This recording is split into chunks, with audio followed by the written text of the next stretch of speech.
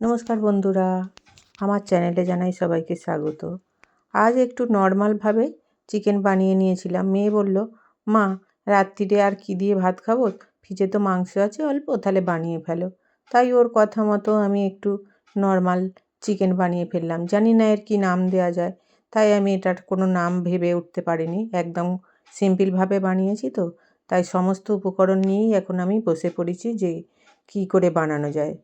এই এখন দেখুন আমার এই যে লঙ্কা গুঁড়ো, নুন, দারচিনি, এলাচ, ধনে গুঁড়ো, জিরে গুঁড়ো, গোলমরিচের গুঁড়ো, কাশ্মীরি লঙ্কার গুঁড়ো, একটুখানি আদা রসুনের পেস্ট, 1 চামচের একটু বেশি টক দই, শুকনো লঙ্কা, তেজপাতা, কাঁচা লঙ্কা, 2টো পেঁয়াজ, সমস্ত কিছু দিয়ে একটা টমেটো দিয়ে ভালো করে মেখে নেব। টমেটো একটাই দিয়েছি কারণ অল্প মাংস আর একটু টক দইও দেওয়া হয়েছে। সমস্ত উপকরণ এখন আমি ভালো করে মেখে ওটাকে সুন্দর করে বানিয়ে নেব। এর মধ্যে দিয়ে দেবো ওই অল্প আমার চিকেন 6-7 পিসের মতো চিকেনটা ছিল, ওইটাই আমি ভালো করে মেখে রেডি করে নেব। এরকমভাবে রান্না করে দেখলাম যে এটাও খুব সুন্দর খেতে হয়। নাড়াচাড়া কিচ্ছু করিনি, আমি একেবারে সমস্ত রকম দিয়ে বসিয়ে দিয়েছিলাম। খেতে কিন্তু খুব ভালো হয়েছিল।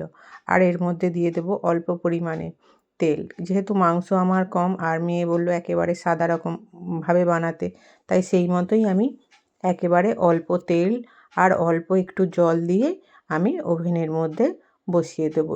এটা ম্যারিনেট করে আমি প্রায় 15 মিনিট চাপা দিয়ে রাখার পর কিন্তু ওভেনে বসিয়েছিলাম।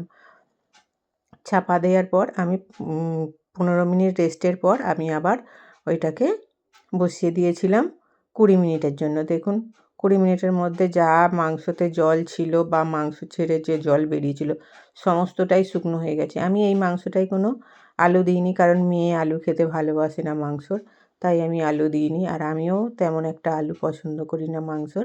একদম শুকনো এই চিকেনটা বানিয়েছিলাম। খেতে কিন্তু অসম্ভব ভালো হয় বন্ধুরা, আপনারাও এইভাবে একবার সাধারণ চিকেন বানিয়ে খেয়ে দেখবেন, খুব সুন্দর হয়েছিল। বন্ধুরা, আমার এই ছোট্ট ব্লগগুলি যদি আপনাদের ভালো লেগে থাকে প্লিজ একটা লাইক, একটু ফলো, একটু শেয়ার করে দেবেন। তাহলে যদি কোনো ভুল থেকে থাকে তাহলে কমেন্টের মাধ্যমে জানাবেন। আর যদি ফেসবুক থেকে দেখে থাকেন তাহলে চ্যানেলটাকে ফলো করে নেবেন।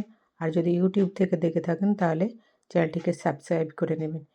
আমার ভুল ত্রুটি হলে অবশ্যই কমেন্টের মাধ্যমে জানাবেন। নতুন বছরে সবাইকে জানাই আমার ভালোবাসা। সবাই নতুন বছরে সুস্থ থাকবেন, সাবধানে থাকবেন। আর আমার চ্যানেলটিকে যদি ভালো লেগে থাকে তাহলে অবশ্যই একটা লাইক দিয়ে দেবেন।